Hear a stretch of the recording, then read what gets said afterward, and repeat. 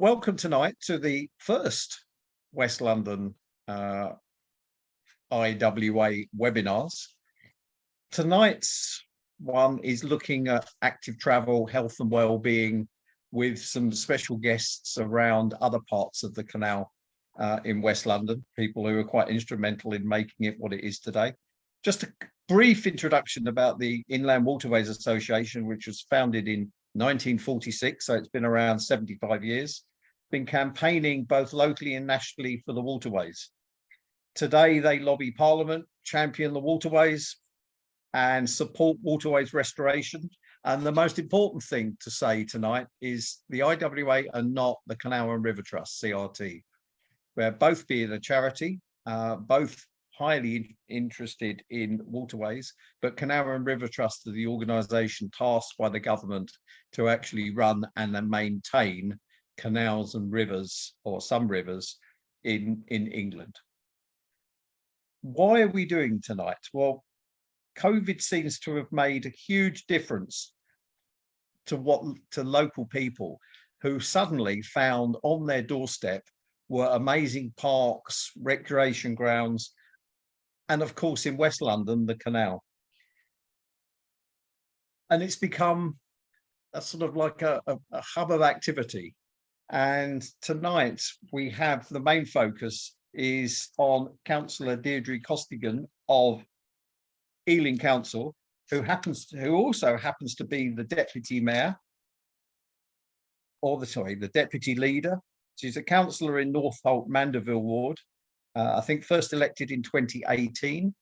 Her role is greening and keeping Ealing clean and achieving zero carbon. And I note she's also a school governor.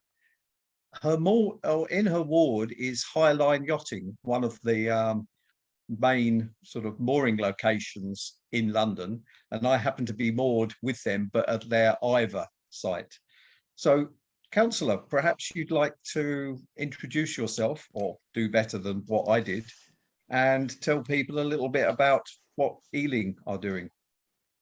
Right. Thanks very much, Roger, and hello everybody. I'm really delighted and excited to be at this session this evening. I'm hoping that you can all see and hear me. I'm just seeing a black box with Roger's name on it. So hopefully you're able to see me as well as hear me. But as Roger did his research really well, so everything that he said about me is true. And he did manage to correct his mistake. Yes, definitely deputy leader and not deputy mayor. I don't have to wear all of those gold chains and go around opening shops or anything like that. So as Roger says, my role in Ealing Council is I'm the deputy leader of the council, and also I'm the cabinet member for climate action. And that means that I cover quite a number of areas, including air quality, active travel, transport, the bins, parking, green spaces, and canals. And so I guess that's why I've been asked along this evening to talk about what Ealing's doing around the canal as it comes through our borough. I've got real personal interest in this, actually, and I think I'm probably not the only one to have experienced this. I've lived in Northolt for a number of years now. I knew the canal was there. I was vaguely aware of it. I'd kind of, popped, along it now and again, once in a blue moon. And then COVID happened. And all of a sudden, the canal became my lifeline. During COVID, almost every day, that was where my walk was. I was walking down along the canal. And, it was a very odd time, wasn't it? A very strange time. But the canal really was a place to just soothe the mind, I suppose. All of the worries that we had at that time, all of the stress. But walking along the canal for me really kind of made me forget some of those concerns, and you could just enjoy the nature of the canal, something that had always been on my doorstep, but had never really been fully aware.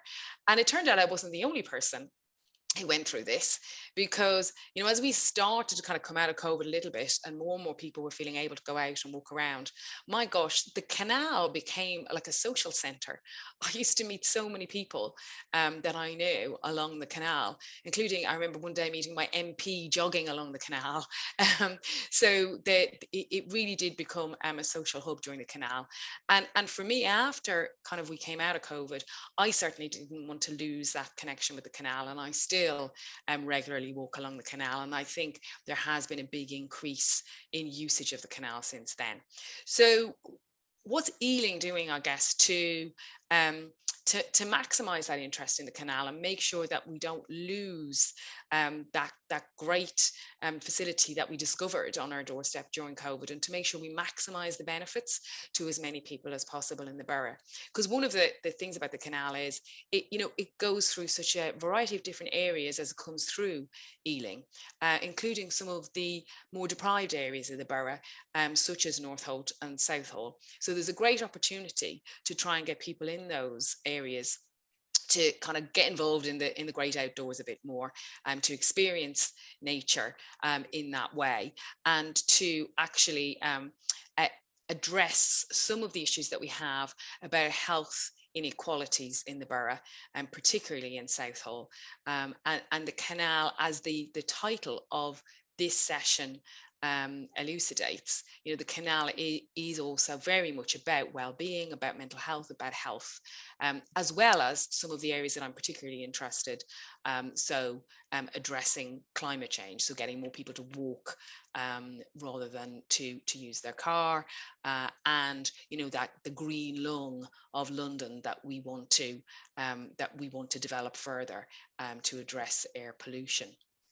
So just to talk about one of the key projects that we're working on, which is the Southall Wellbeing Way. I'm hoping that some of you will have heard of it, because we've had quite a lot of publicity for it. But it's basically a linked chain of green spaces all along the canal, that will wrap around the Southall area and provide that well-being opportunity to residents and to visitors in Southall. So we're going to include within the project improvements to canal side parks. So there's a few canal side parks there that are going to be improved, and little kind of green spaces along the edge of the canal. We're going to create new habitats, and that will enhance the biodiversity that we've got along the canal. And we're also looking at improving the towpath, so that there's better access to the canal as well. It's often, like I say, hidden away. People don't even realize it's there. So we want to kind of draw people in so that they can experience it. Then we want to add more play opportunities and interpretation opportunities along the canal, so people understand the canal and how it fits in to our heritage, and to the kind of the nature of the area. Flood resilience, of course, is an increasing issue that we're addressing more and more now as we look at lots of different projects that we bring forward in the transport area in particular. And we're looking at flood resistance and resilience as part of this project. We'll also have some community gardening and stewardship, so getting local people involved in helping us with their well-being way, both helping people and nature to thrive at the same time.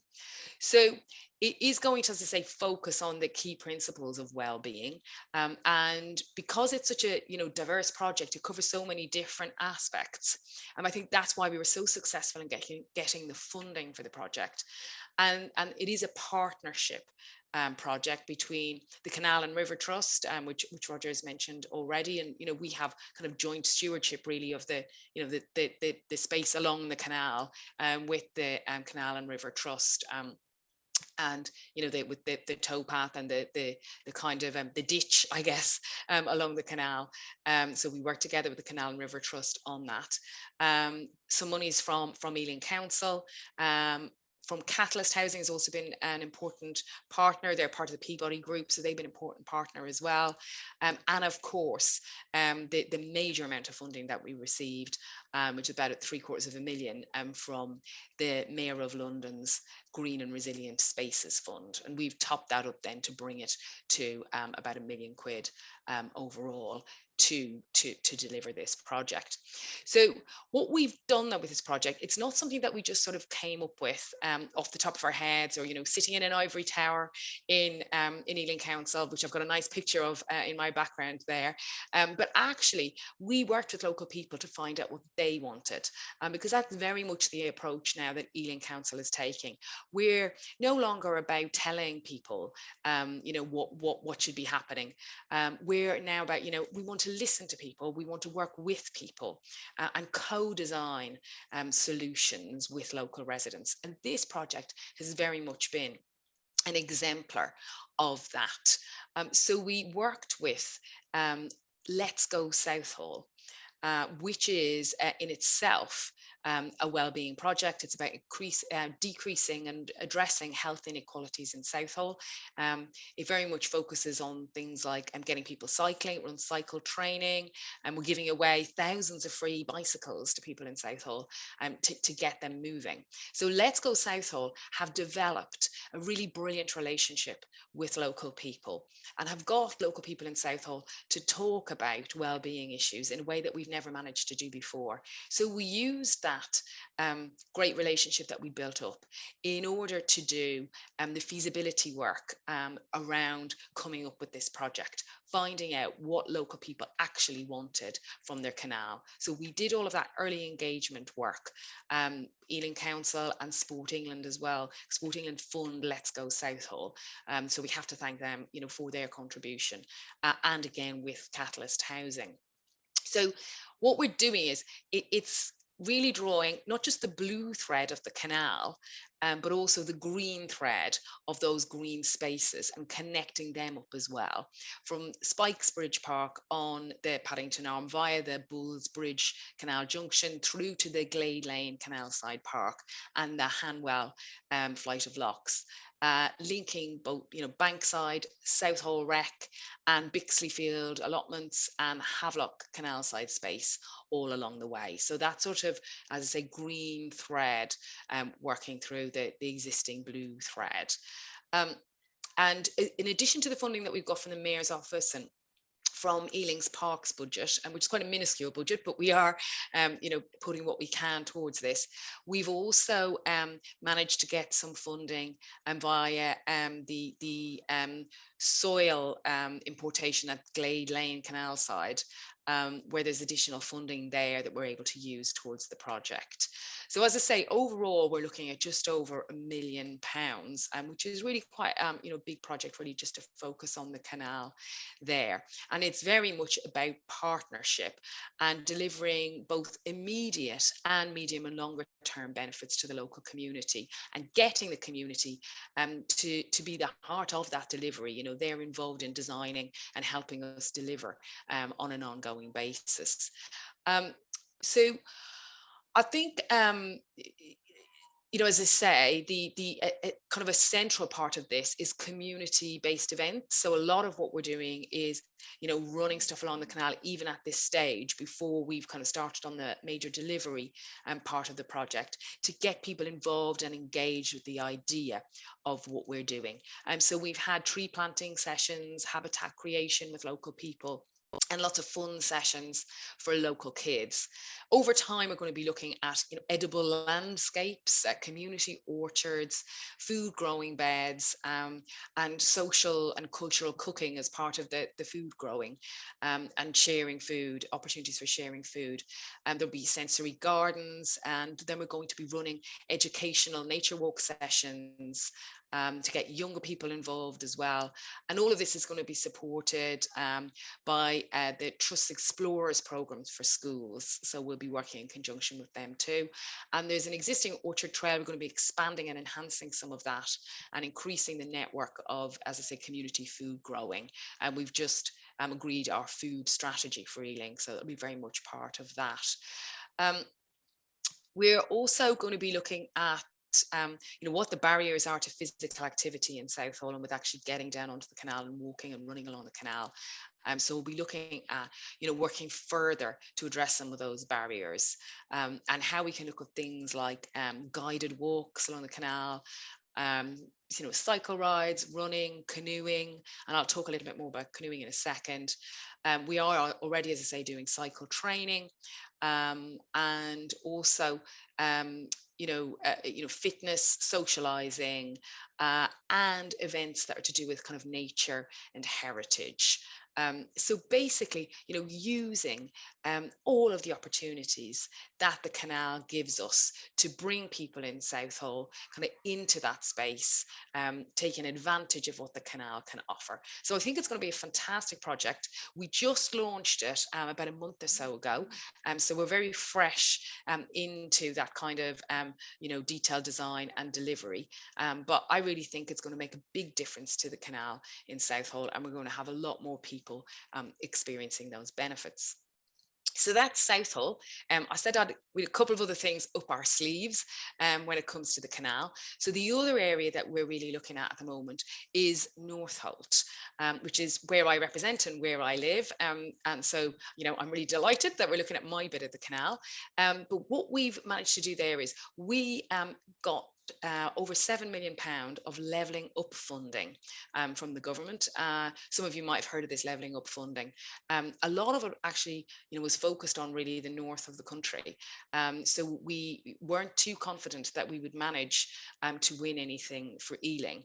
But we put together a really good bid, and I think they weren't able to say no to us. So we've gotten this 7.23 million, in fact, to work on a key artery that goes through Northolt, and trying to improve that road with active travel, etc., but also connecting walking, running and cycling routes down to the canal, so that people are able to kind of get off the main road that's quite congested and isn't that pleasant really, for those kind of, recreational active travel pursuits, and instead kind of try and get people to use the canal instead for recreational walking, cycling or running.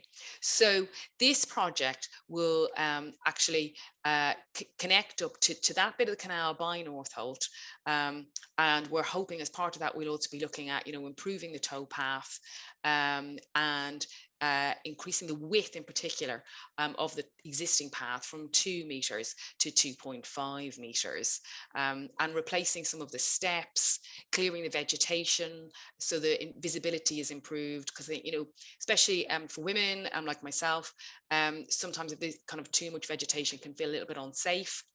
So we'll be moving a little bit of that back, making it a bit more safe at the access points. Some of the access points down to the canal are a little bit unattractive for pedestrians, and we'll have new cycling and fencing as well. I think a key thing to, sometimes people say to me about the canal, why can't you put a cycle lane along the canal, or why can't you make it really, really wide, so that you can have like a lot more cycling? I think there's only so far that you can go with cycling along the canal. I don't cycle that much, to be honest. I'm a walker. I love walking. And I think that, the canal is not really, it's not really set up, I think, the towpath for commuter cycling. So for people who are needing to get from A to B quite fast, and to go, along the canal towpath in the morning or in the evening. I certainly have no problem with people who are cycling along recreationally, at a decent speed and have their bell, and I think that's all fine. But I think, having masses of people cycling along, commuting along the canal, I think would create some issues. So, we're not looking at setting up the canal as a cycle path, but really it'd be more encouraging recreational walking, running and some cycling, but in a safe way and in a more recreational recreational way. I think we've got, cycle paths that we are putting in the borough along some of our roads. Uxbridge Road, for example, we're putting in a section of cycle lane in there at the moment, and our aspiration is to cover the whole of the Uxbridge Road from beginning to end. So for commuter cycling, that's the kind of thing that would be pushing there. But this project in Northolt, I think, is going to really add to the amenity that we've got in our local canal, and I hope will again open that up to people in Northolt in the same way as the Southall Wellbeing Way will do similar, I think, for people in Southall. We've got one additional kind of complementary project to the Southall Wellbeing Way, which is Open Havelock, and that is it's in a similar part of the canal, and it's about improving the connectivity between the Havelock estate and the canal. And again, we're working very much there, with our partners. It's a much smaller project. It's about £100,000 really. So it is a smaller project, but it's very specific. It's about bringing people from the estate into the canal, getting them to realise that they've got this like amazing opportunity just on their doorstep, and making that connection work for them. But it will link with the wider project. I just wanted to very quickly mention that we are also working with the Sharks. I think some of you will know the Sharks, who are offering canoeing along the canal. I think it's just fantastic. I love seeing them out there canoeing along the canal. I've got a blow up paddle boat myself, 2-person canoe, which I have enjoyed using on a number of occasions in a few of the rivers in the south of England. I've not yet tried it on the canal, but I'm always dying to do it. I'm just a bit afraid of getting in because it's a bit easier on rivers when you're kind of jumping into the boat. I think it feels slightly higher up on the canal, but the Sharks are doing a great job of getting people to actually use the canal.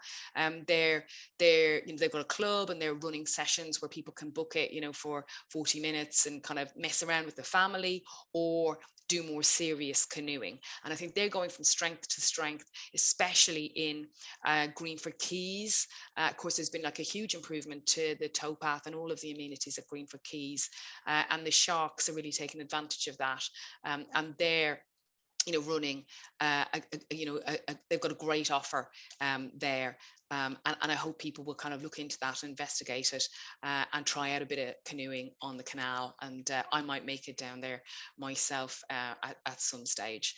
So and of course the Sharks have had some funding from Ealing Council as well, just to kind of kickstart what they've been doing. The final thing then I just wanted to mention very quickly is some work that we've been doing with a group of people who came to us about setting up an eco moorings along the canal. And I know this is something that I think is maybe going to be discussed by one of my fellow panelists in a few moments. So I will let her kind of focus on housing in more detail. But of course, as you will know, for many people, the canal is their home. And, with the issues that we've got at the moment with access to affordable housing in London, the canal boats can be the answer to that for some people. However, I discovered it's not always affordable. And the group of people that came to us, and they're called Welcome, I think is their acronym. They explained to me that they're in moorings just outside of central London, and the cost they're paying is actually quite astronomical. I was really surprised how much you would pay for moorings. So what they're looking to develop is more of a sort of, I guess, cooperative model really, where they would offer lower cost alternatives for people who actually wanted to stay moored more longer term for where it was their home. So we're still at the early stages there, and it's in Horsenden West, in that area. So we're at the early stages of working with them and the Canal and River Trust on seeing if we can agree a site there, and that would be also moorings that would be opened up to the public. So they're very keen to actually, I suppose, get people involved in their way of life, and kind of develop, relationships with the local community in that way.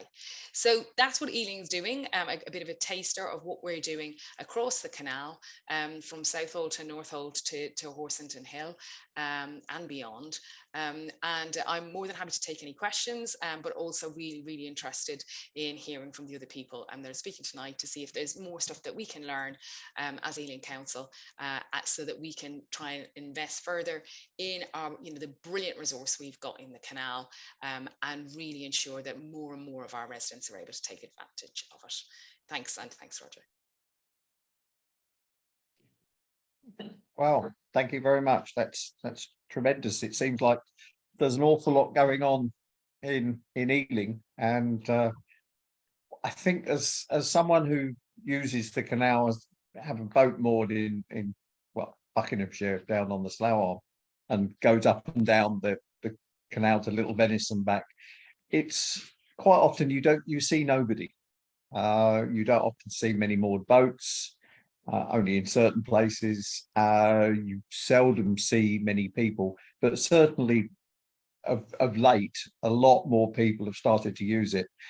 And I suppose I'm particularly pleased to hear about the canoe, and the sharks, because there's an awful lot of water in West London, which tends not to be used for recreation that much, apart from canal boating. And trying to get people out there, whether it's the Sea Scouts, the Cubs, other organisations, the guides, etc., using the waterways. I think it's tremendous. But of course, it then comes down to sharing the space, which of course is one of the problems, as you mentioned, with towpaths and commuter cyclists. It tends to be a societal issue, I think, about sharing space, which is one problem. If anyone does have any questions, and I've been sort of exchanging little chat messages with Wendy Humphreys, who's looking after things, who was saying, just send a message to all. And I said, well, I haven't got the option of doing it, so I'm not sure whether. And so Wendy did post in there and said, if you've got any questions, please use the Q&A. On my screen, I don't have a Q&A, so I'm not sure how that will work. But one question I did have, is the Health and Wellbeing Board involved in this in Ealing? As someone who was involved in active travel for another London local authority, I was always interested to find out whether, everyone together, I know they're not called the PCT anymore, but the health side of things rather than the local authority, are they fully on board? And how do you think we could actually try and get other local authorities, the border or the canal goes through, to do something similar? Thanks, Roger. So yeah,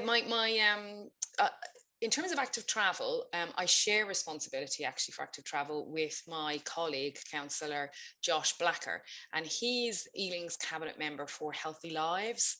And so I think it's quite interesting in Ealing, like we've very much taken the approach that active travel is something that's not just about climate action, it's also about health inequalities.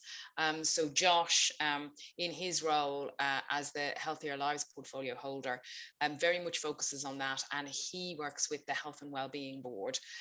So he very much brings that shared responsibility for Let's Go Southall, and for the other stuff that we're doing in the active travel space. He brings that to the Health and Wellbeing Board. And the Let's Go Southall project, as I say, is very much a health outcomes focused project. And that's been key to developing the canal project. So it's very much, we have health partners on board with it. It's very much about those well-being outcomes. In terms of getting other councils involved, I guess I never really like to kind of sit there on my high horse and say, yeah, this is what other councils should be doing, because all councils have their priorities and different challenges that they have to face. Like I say, we have been really lucky with having had the Let's Go Southall project already in place. So what we were able to do was actually go and speak to residents and ask them what they wanted. I think, like I say, as a council, as an administration, what we've done is we've really tried to focus on asking residents what they want rather than being prescriptive and telling people what they should have.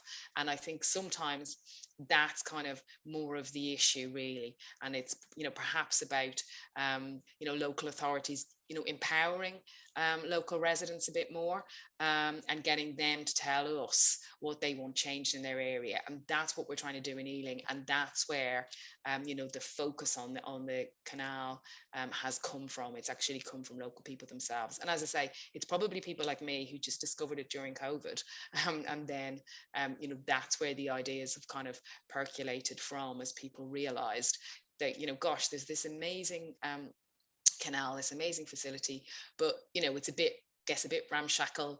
There's so much more that could be made of it, and there's so much better ways to connect it up, and it's from local residents saying that to us, and letting us know that they felt that more could be done, that we then developed the project from that. So it's really about listening to our residents, and I know councils do try to do that, but in Ealing it has been very much our mantra, really, that we want to listen, put local residents in the driving seat, really, on some of these issues.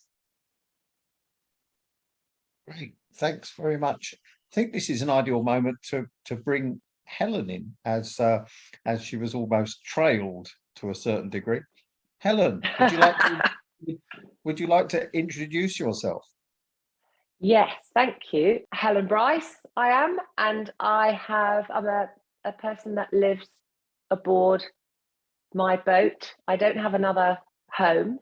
I'm a Liverboard boater with my husband Tim Bryce, and I have been living on my wide beam narrow boat, that oxymoron, for over 13 years.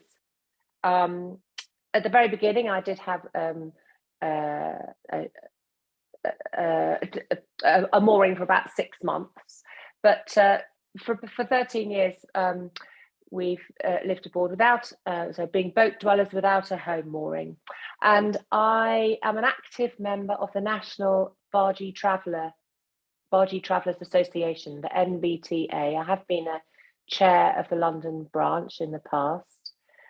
So I'll be explaining a little bit about the NBTA. I think I will start. Roger, you'll have to keep tabs on me because I know I've just got 10 minutes. But I sort of get involved in various things that are born out of the NBTA. By profession, I'm a psychotherapist, and mental health is a special interest of mine also, that I've looked at in my life on the canal as well. But I just wanted to show you, I can't share my screen, but I just wanted to show, I don't know if you can see that. That is a photograph of a section of my boat. And I'm showing it to you partly, that's the name of my boat. The boat was painted by another boater. But we definitely, our colours have been inspired by life in Southall. Southall is one of our favourite moorings, and we were influenced by the Indian sort of wedding decorations, and so we've got those all over our boat. So I just wanted to share that with you. I thought that was quite relevant, and I'm just going to look at my notes now. So as a liverboard boater, we're in this sort of strange position where we're mooring in a public place. We're very much in the public eye, and yet we're quite a marginalised tribe, if you like. I hesitate to use the word community because we're quite a disparate body of people. We don't have that much in common with one another, apart from the fact that we live on the water without the home mooring. And the National Bargee Travellers Association was created in 2009 to develop a voice for this disparate group of boat dwellers without home moorings, so that we could campaign for certain things like enough bins for us, and also to make sure moorings were not eroded in place of buildings and development. We started conversation with the Canal and River Trust to try to work together with talking to developers and just really expressing the needs of boaters, which we found were overlooked. And what we have found is, and it's an oversight really, as I said, we're quite visible, especially in London, and yet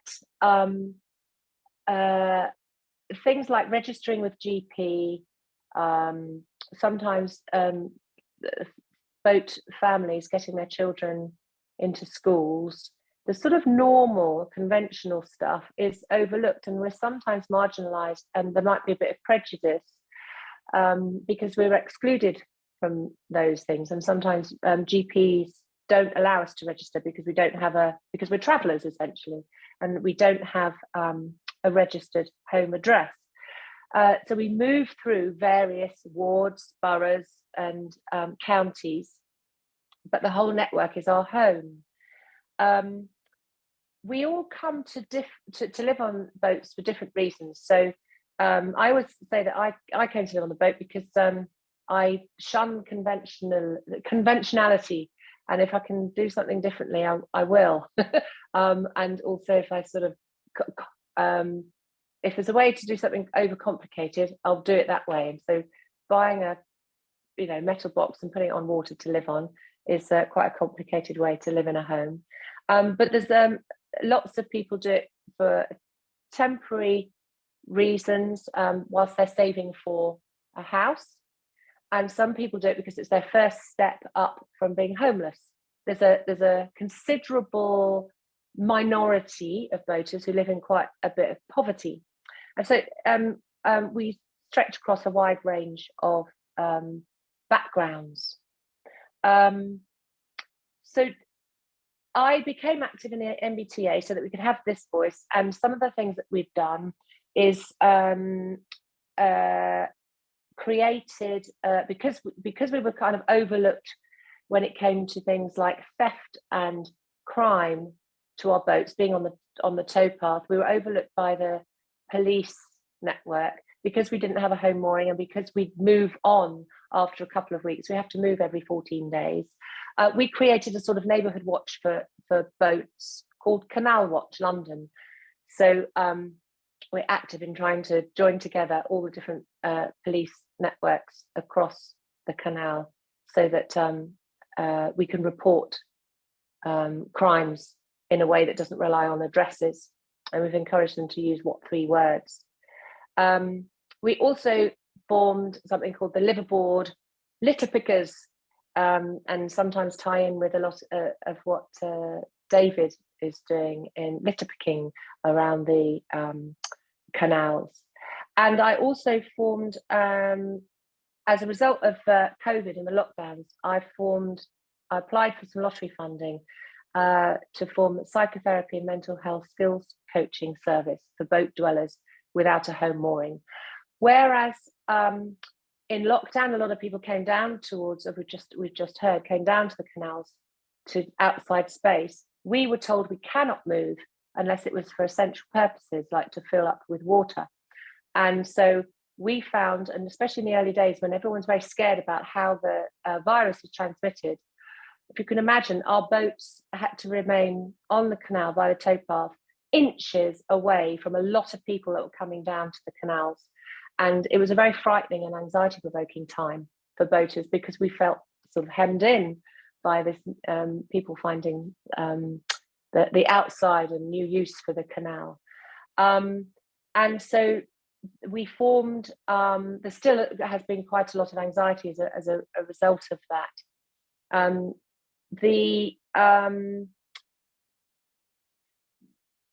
One of the things that we contend with quite a lot is that this idea of being very public and yet overlooked, we can sometimes be sitting on the back of our boats and people will talk about, oh, I wonder how much they pay for that then, and what do they do with their how do they get water, and what do they do with their poo? And we're sitting on the boat and sort of completely overlooked, and people talk about us as though we're not there. And this is something we get used to. And what we want to do is try to explain that to the great thing about talking to councillors is that we are part of the community when we're moored there, and we do take part in local amenities and so on. And yet we don't want to be overlooked, so that when there's developing going on, we want you to bear in mind that open up discussions with us, so that we could not inadvertently have our moorings, the public moorings, eradicated, but also perhaps maybe when there's development going on, a water tap would be useful, or some bins for boaters and so on. So yeah, I'm running out of time now, so I think I'll stop there. Thanks, Roger. Helen, great. Thanks very much. And I'm not sure whether you saw my little messages that gave you the countdown. I did. Thank you. I did. I mean, Helen didn't actually say that. I introduced Helen to the wonderful Slough Arm, and only Helen could find a location there where you can go wild water swimming. I can't remember the name of the river. It's the Fraser or the Colne. I think it's the. It was the Colne. It was by the weir. It's by the weir, and there are videos on Facebook. And I think this was in December. So yes, I'm not sure about cold water swimming. I'm not sure about sanity, but there you go. I would prefer to stay in the boat with the fire on rather than in some freezing water. But there you go. It takes all sorts, as they say. Next up, James, hopefully you're ready. An awful lot of boaters, they're the worst organisation they can think of is Sustrans. And I'm sure, James, you can say why they're wrong. I definitely hope so. It reminds me of a meeting I attended of the Southwest arm of the Canal River Trust steering board when I first got my job as South England director back in 2016, and I walked in late after pedalling as fast as I could, but in a safe way, to get to the meeting because I missed my train, sweating in a bit of a mess. And I walked in just as one of the other people there was talking to everybody else about they'd been knocked into the canal just the week before by someone on a bike. Suffice to say, by the end of it, though, there was a different impression of Sustrans by the end of that meeting, because I was able to put across that, we're not an organisation that's there just for bikes. We are an organisation that's all about people, putting people at the centre of development, putting people at the centre of our cities and our towns and our villages. And if you scratch the surface of our organisation, you'll actually find that 99% of the people that are motivated by social justice. And as a result, that's changed over the years from some quite evangelical cyclists 40 years ago to where we are now. That's changed, and we've now got one of our key strategies or key strategic objectives is for everyone, and I'll touch on that a little bit more as I go through. Anyway, moving on really quickly, what I intend to do here today is just sort of introduce Sustrans and sort of try and update everybody really on who we are, what we're up to, and really why we're not an organisation necessarily to hate or to be angry at in terms of working or living by canals, but actually we're an organisation that can help, and you'll see that once I get to the end of this presentation. Hopefully that's all clear and you can see my presentation now. I think it's got the line around it, so I think it's good to go. I'll carry on. So there we go, back to Sustrans. Then I'll talk about the National Cycle Network and then what we're doing about that, which is called a project called Paths for Everyone. And then I'll talk briefly about our current focus. So our vision, it isn't just to get people on bikes everywhere. Our vision is a society where the way we travel creates healthier places and happier lives for everyone. And that means our mission to actually achieve that vision is to make it easier for people to walk, cycle and wheel. We've added the wheel element in the last couple of years because one of the things we set out to do with our Paths for Everyone work and National Cycle Network is to make it completely accessible. If it's not accessible to a 12-year-old on their own, on a hand trike, then it's not good enough. Now, we know there's lots of National Cycle Network that is nowhere near that standard at the moment, but we're working towards it. And again, I'll touch on that as I go through.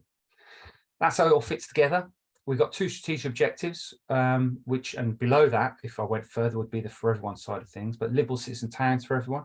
That's where we're working with people, because why would you walk and cycle or wheel anywhere if you don't want to do it outside your own front door or at the place where you're trying to go, whether that's the shopping centre, the local shops, the pub, or maybe even to work. But Paths for Everyone is the one I think is relevant to here today, talking about the Grand Union Canal and the work that's going on there. So the network, what is that? For those who don't know, the National Cycle Network, it started off just down the road from where I live on the Bristol Bath Railway Path. That was 40 years old just a couple of years ago. And that's what got me into Sustrans. I'm actually a volunteer on there as well. And I've been volunteering on there for 4 years. And that's my way of staying in contact with the communities and the people that benefit from our work. I didn't become a sort of a campaigner, a social justice campaigner, to sit at a desk and to do Zoom calls and do spreadsheets. I did it because I wanted to change the world and work with people. So I volunteered to sort of keep that connection. But I love that bit of path. It means everything to me. My son learned to ride his bike on it. I used to go to work on it. I don't anymore because my office is now in London. We walk the dogs on it. My wife runs on it. It's absolutely a part of our lives, and we moved to where we are now to be close to it, and lots of other people do that. The National Cycle Network was 16,000 miles. It's now 12,500 miles. 40% of it is traffic free. Some of that is on canal towpaths and 6% is on road. It used to be different. It used to be 16,000 miles, but I'll come to that in a moment. It's known for being very rural because it connects those towns and cities, but we know that actually it can often form part of that urban network as well, and all the challenges that bring. One of the big challenges that brings is the sharing of space. In London, it's a very small amount of National Cycle Network. There's 159 miles, 102 miles are traffic free, and 56 miles are on road. And we're currently working on a series of projects just on the boundary of the city, the city of London, where we're looking to improve that and bring it into line with our overall Paths for Everyone vision. Now, what the problem is, though, is that a lot of the National Cycle Network looks like this. Well, not a lot, I'm exaggerating, but you've got on the left there, it's not very attractive places. It's difficult to get through, and yeah, you just wouldn't want to ride or again have an unaccompanied 12-year-old on a hand trike going through there. Or there's barriers. There's bollards that get in the way. There's grates. There's things that prevent everybody from accessing it. Now that's a mistake that's been made. We've removed 450 over the last couple of years, but you'll be staggered to know there's actually 16,000 barriers on the National Cycle Network. So we've got a long way to go, since it's taken us nearly 2 years to go to 450. And of course, there's muddy tracks as well, which obviously at certain times of the year are great. Actually, this year, all the muddy tracks have been fantastic and rock hard. But once you've got a bit of rain, it's not accessible for someone on a bike, let alone someone on a hand trike or in a wheelchair or on a mobility scooter. So Paths for Everyone, what do we do? So Xavier Bryce joined at similar times. We've got the South of England director's job and now the London director. And he said, right, we've got this data, we've got this network, what are we going to do about it? Well, we're going to do this project, it's going to call Paths for Everyone. We're going to make it a great place. We don't own it, we own 1.5% of it, but the rest of it is owned by local authorities and other landowners. So we have to work with all those people to do it. But really, the way the Department for Transport sees us, they've called us the custodian of the National Cycle Network. And that's a picture of the Bristol Bath Railway Path just there. So our vision of it eventually is for a UK-wide network, traffic-free paths connecting everyone, cities, towns and countryside, loved by the communities they serve. And that love by the communities they serve is an important point I'll come to at the end. But that means involving people in it, not seeing it through the eyes of an engineer or a social justice campaigner, but actually seeing the path through the eyes of the people that use it or want to use it or feel excluded from using it because of people riding too fast, riding aggressively, or whatever it is that's making them not want to use it. And in doing that, not only do you create a better place for people to use, you also just end up with a better design as well. That's where we want to be. 66% traffic free with 34% as kind of quiet ways. That means roads with quiet and slow down traffic. Got a long way to go. Really quickly, our current focus then, what we have done, we've master planned everything. So that's all 12,500 miles. And we're working through now a stage 2 mile by mile alignment plan. So that actually means what are we going to do to address the issues? And the issues are grouped into certain categories of surface. Is it suitable? Or is it wide enough? Is there good flow? Is it signed correctly? And does it connect properly as well? Now, by 2023, we'll have that plan in place, and then we'll move on from there to start delivering it. Now, we are already delivering things, and we'll be able to deliver it because the Department for Transport and the government is investing in the National Cycle Network.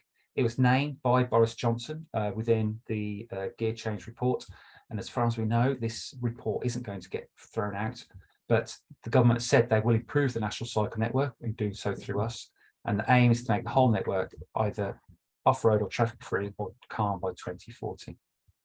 So 53 million over the last 3 years to improve it across England, but not in London. And we know that the situation we're in London with TfL's funding has gone down the river, literally. There's not money at the moment to invest in active travel the way there used to be. So we know that there's going to be, well, there has been an announcement that's 80 million and 69 million for the boroughs, but we know that's half of what it used to be. So slowing down that spend, that means there isn't necessarily a spend for it here. Now, the DfT guidance to us on this, and this is where I wanted to do something a bit controversial, was about surfaces. We know that some people don't want tarmac and black top surfaces because they don't think it's fitting with the areas that it's in. But if it isn't that kind of surface, it then becomes exclusive and stops people from using it. So it's about finding the right balance. And what we've got there is a statement from DfT. They're giving us the money. It has got to hit their standards as laid out in the gear change report, and LTM 120, which is the guidance note on what these sort of paths should be like, or they will take that funding away, or they're going to take that funding away from local authorities and boroughs as well. Quiet lanes, as I mentioned, it's not just about traffic free, it's about quieting those roads down to make it better. Those 4,000 miles we got rid of it, a lot of it was on 60-mile-an-hour roads. You definitely don't want an unaccompanied 12-year-old on roads like that. Working with lots of people, not the only people thinking about this. We've been at the forefront of it for a long time, but more and more we're working in partnership. We don't have to win the argument anymore for what we're doing. More and more we're working with, and we're just bringing our expertise to the fore to help people to achieve what they want. Barrier removal, another controversial place. But these barriers that are there to prevent antisocial behaviour and motorbikes getting onto things like the National Cycle Network or canal towpaths, as it in the bottom left, also exclude people and stop people from accessing what is part of the public good, I suppose, that infrastructure that should be accessible for all.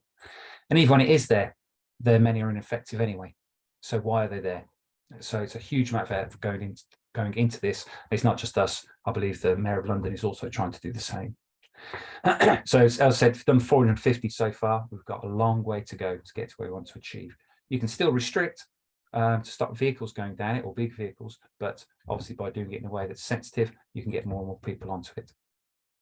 Volunteers, the first time I came across the Canal River Trust was when I was managing the volunteer programme at Sustrans, and I was starting to work with the volunteer coordinator for the Canal River Trust, about 3,200. And we're sort of enlivening that and bringing it all up to date. Importantly, the last thing I'm going to say is it's about working together. We don't work on this on our own. We work in partnership with lots of different organisations, the Canal and River Trust being one of those, as well as Network Rail and other landowners. But the thing that was really in alignment with what's been said already is this: we do everything together. Sustrans has been a proponent of co-design, co-discover, co-design, co-refine, co-deliver for the last 20 years. We first did this in the Dings on a local, an estate local to me here in Bristol. And we did a great piece of work in Turnpike Lane in Haringey back in 2012, or between 2009 and 2012, where you work with the community and you reach out to the people that are going to benefit from it or live in that area. And the people often are kind of not included as well. We know when you put that extra effort in to bring people on board, to hear their voice, not only to do a better design and a better solution, but you've done it with the people, they own it and they look after it afterwards. And that's part of that, empowering people to own those spaces and places that we're creating. So our mission, as we said, is make it easier for people to walk, cycle and wheel, but really importantly, we work across many sectors. It isn't just people who walk, cycle and wheel. There's many other people involved in what we do. There you go, Roger. I've rushed through that last bit as quick as I could. Hopefully that was just about 10 minutes. Well, okay, so 12, but then, inflation is raging ahead at the moment, isn't it? Hopefully not 20%. Not quite 20%, although I'm old enough to remember standing outside BBC Bush House on a picket line, and I think we were awarded 20-something% pay increase. And the Christmas programs were saved. That would have been 1977, 78, I think. But anyway, one quick question I shall use because I can. Are you aware of which minister has been tasked or given the portfolio of walking and cycling? Because the last I heard, it hadn't been given to anyone, which is obviously quite worrying. I'm not, I am aware of the minister that's been given transport, but I'm not aware who's been given that element of it. And I don't want to try and pronounce their name either. Maybe somebody else does.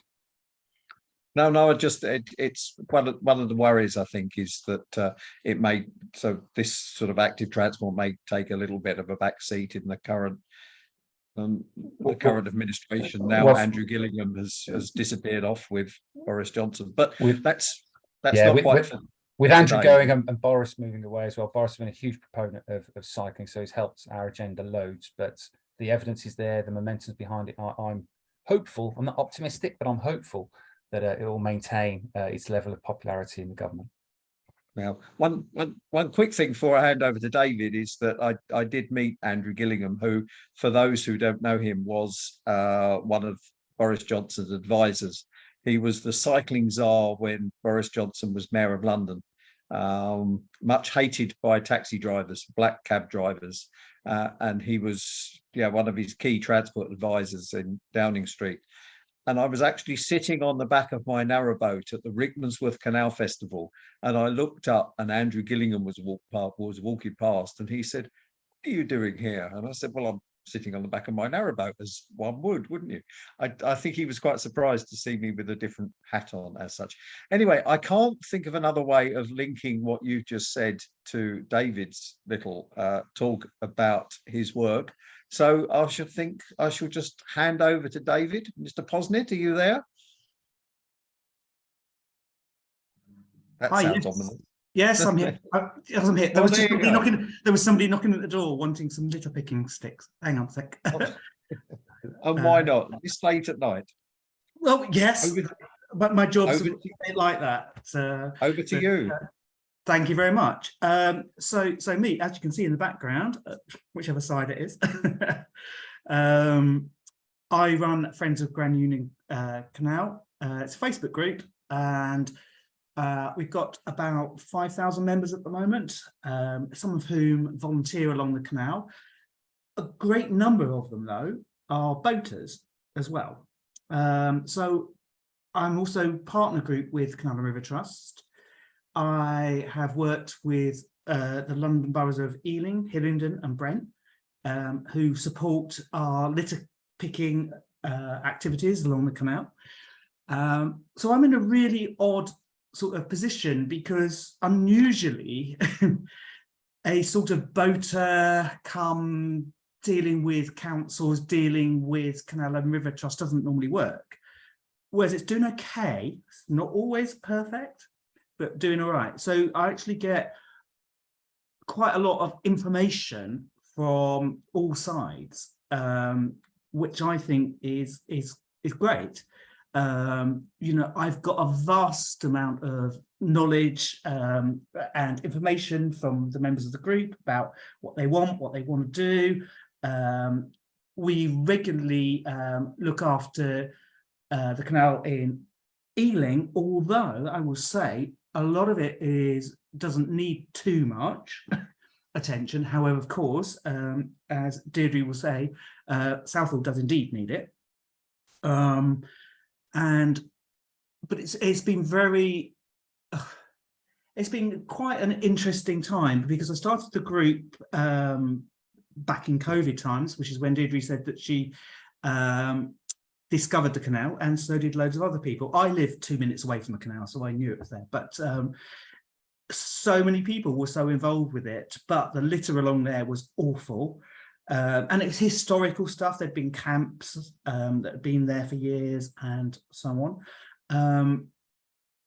And during the COVID times, though, you were able to volunteer, and so you could do that, and instead of like being stuck at home, you were able to do it. And there was a core group of us who cleared miles and miles and miles of historical stuff from along, not the towpath itself necessarily, but also all the nooks and crannies along the way. And we've built many friendships, and this has continued with different litter picks, other people.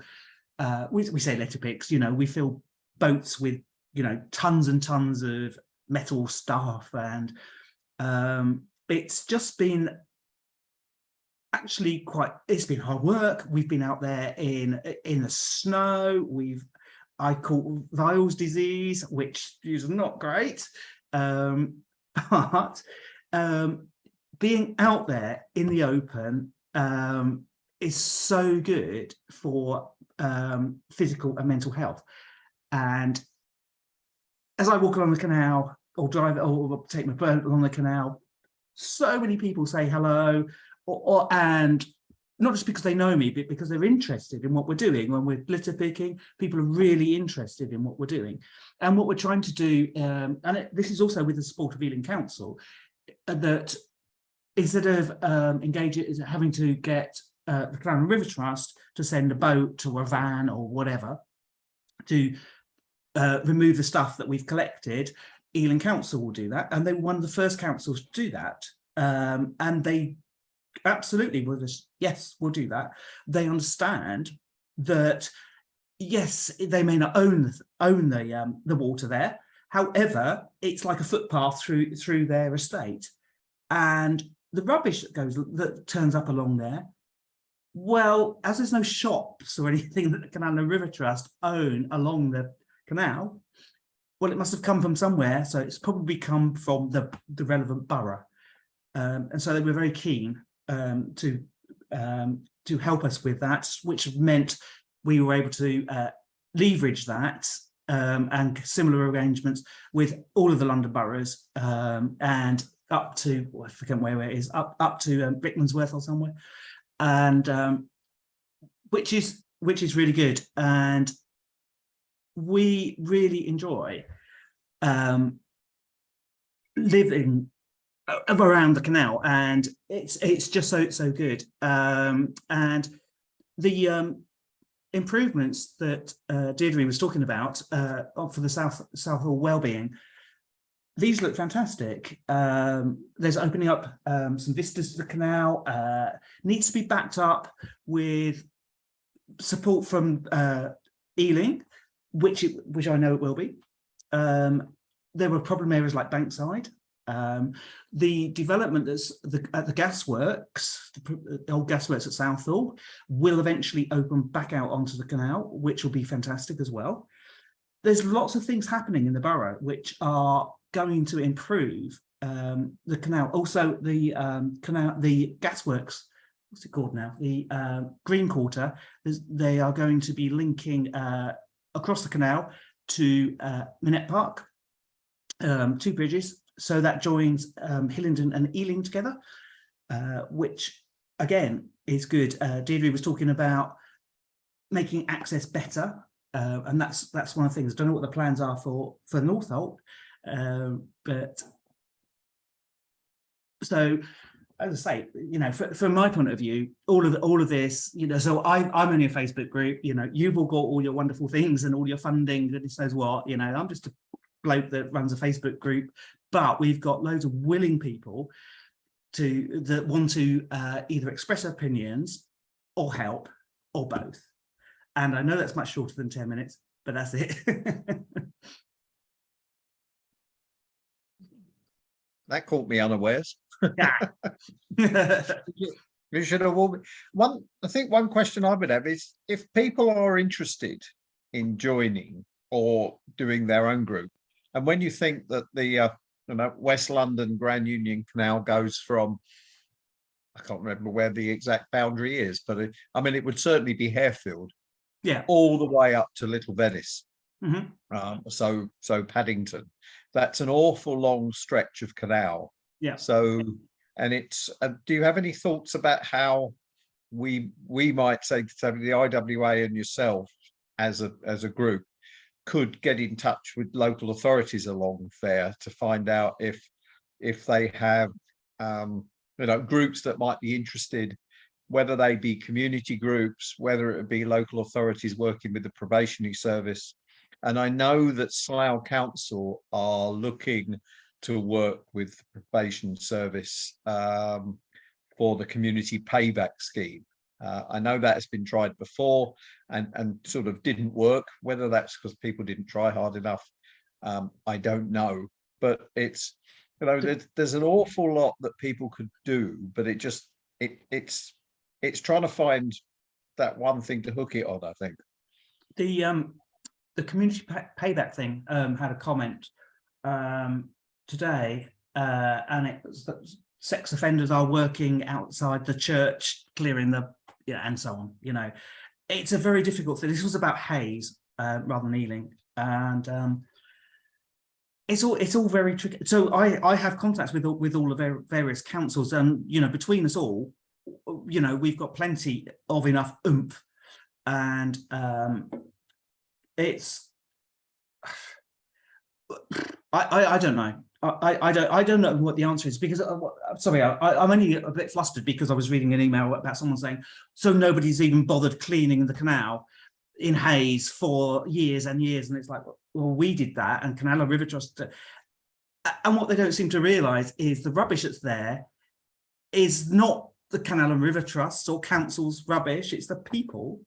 And I think it's this understanding. It's one thing about opening up to everybody, that's fine, but then you'll get more rubbish, or possibly get more rubbish.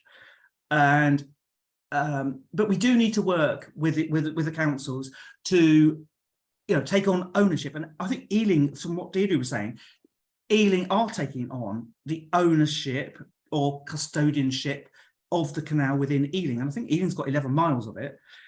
And that is important. And so we're really lucky in Ealing, and I do live in Ealing, that we've got that link. Elsewhere, we haven't got so much buy-in. Yes, they may well take the bags of rubbish away that we collect. So the point of this meeting was, and could we make a blueprint for running it out to other councils? I think we could. Let's see how this one goes. And I think it's really key. It was really interesting hearing what Deirdre had to say about the passion and that she had, for the canal, and how Ealing want to embrace it. It's not just someone else's bit of ground. They want to include it, and I think that is really good. And also, though, with Helen and yourself, living on board. She raised some really good issues. If you're stuck in Southall and you want to empty your bins, well, you can't. You have to go down to Balls Bridge or up to wherever it is, And we're not talking about just like ordinary rubbish bins. We're talking about boater bins, biffa bins, and yeah, that was one thing that CRT took a bit of an exception with at last year's. In fact, this year's Canal Cavalcade, when the IWA put up some banners saying boaters demand better services, or better facilities, I think it was. Oh yeah. And Canal and River Trust were a little bit upset by these posters, which is an ideal link to Christie, because I managed almost seamlessly to move from collecting litter by the Friends of the Grand Union Canal over to Christine, who hopefully is ready to tell us all about, yes, there's her smiling face with all those boats in the background. Christine, it's all yours. Thank you, Roger. Beautifully segued. I'm Christine Smith. I'm a volunteer. I'm also a keen boater, like Roger. I'm Deputy Chairman of IWA Canalway Cavalcade, and I do the publicity for the event. And Canalway Cavalcade is a celebration of the waterways, the community, and the fraternity of the boaters. It's been taking place since 1983. When it was supposed to celebrate the opening up of the towpaths in London, which were amazingly closed to the general public. but it's become much more of a celebration of the waterways since then. Unfortunately, we weren't able to have an event in 2020 or 2021, but we did go digital in 2021. Our first event since COVID was 2022, and it was quite successful, even though nobody'd seen us for a couple of years. We can expect to get something like 30,000 people over the entire weekend, which is the first May bank holiday weekend. It takes place at Little Venice, and which is the junction of the Grand Union and the Regent's Canal. The site is quite compact, but we work very closely with Westminster City Council, Paddington Central, aka British Land, and the Canal and River Trust to put on the event.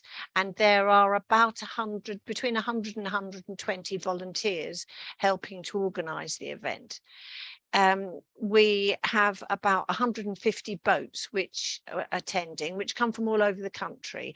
I take my boat down, which is based in Warwickshire, and I take it down the Grand Union to Little Venice to be there every year. And Roger brings his slightly shorter distance from either. So rather than talk too much, I've got a video to show you, but I would like to say that we engage very closely with the local communities. We work with Pirate Castle in Camden, and we work with the Scouts, the Church Army, and obviously the council to make sure that everybody knows about our event and that everybody knows it's coming and what to expect. And it really is a celebration of everything that's good about the waterways, and we do hope that you'll come in 2023. Hopefully, I'm going to be able to share this screen with you, which is a short video that was actually made for us by Paddington Central, which encapsulates really what the event is all about. So enjoy.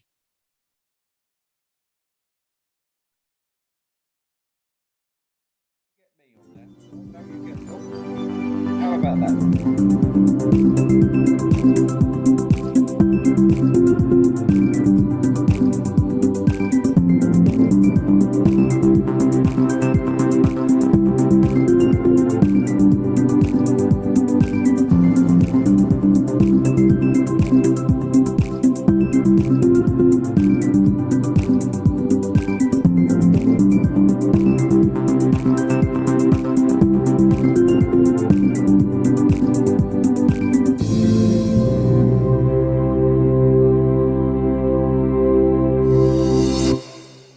So that's Cavalcade basically, and I hope you will come and enjoy it. And I hope perhaps Deirdre and some of the other councils will contact me and ask us to put on an event on your bit of the canal.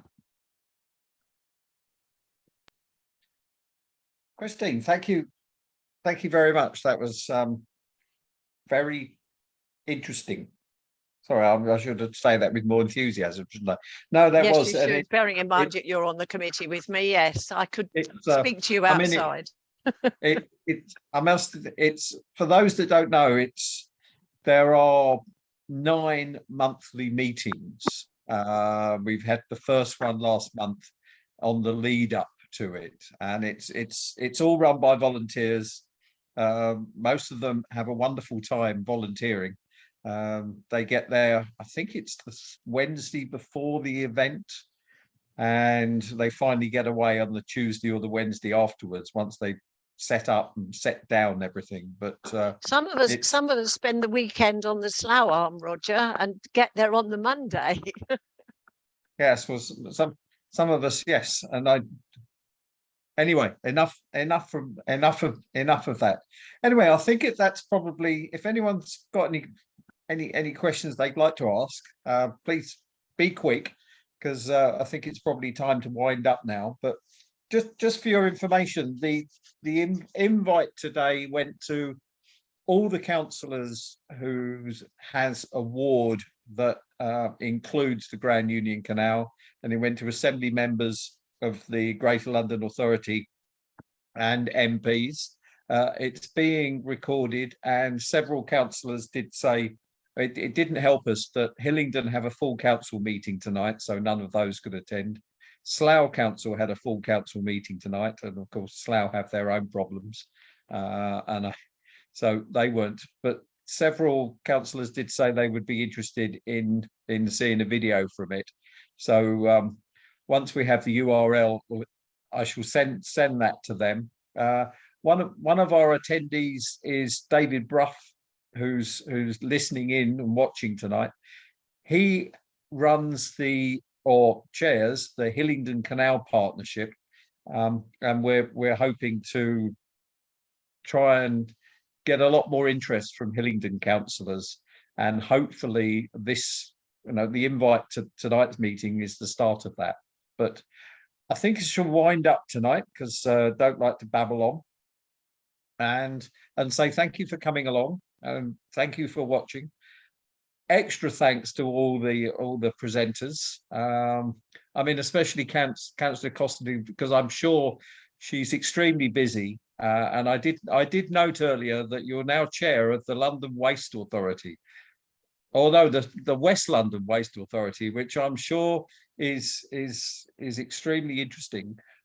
But on that, I did a few years ago comment on a planning application in Hillingdon that was being built next to the Grand Union in Useley, and I said about transporting the waste to the specific waste depot, which is near I can never remember that, Harlesden, and I can't remember the name of it now, but it's quite a big one. So it would be great to see more waste or utilising the canal for this sort of, to take HGVs off the road.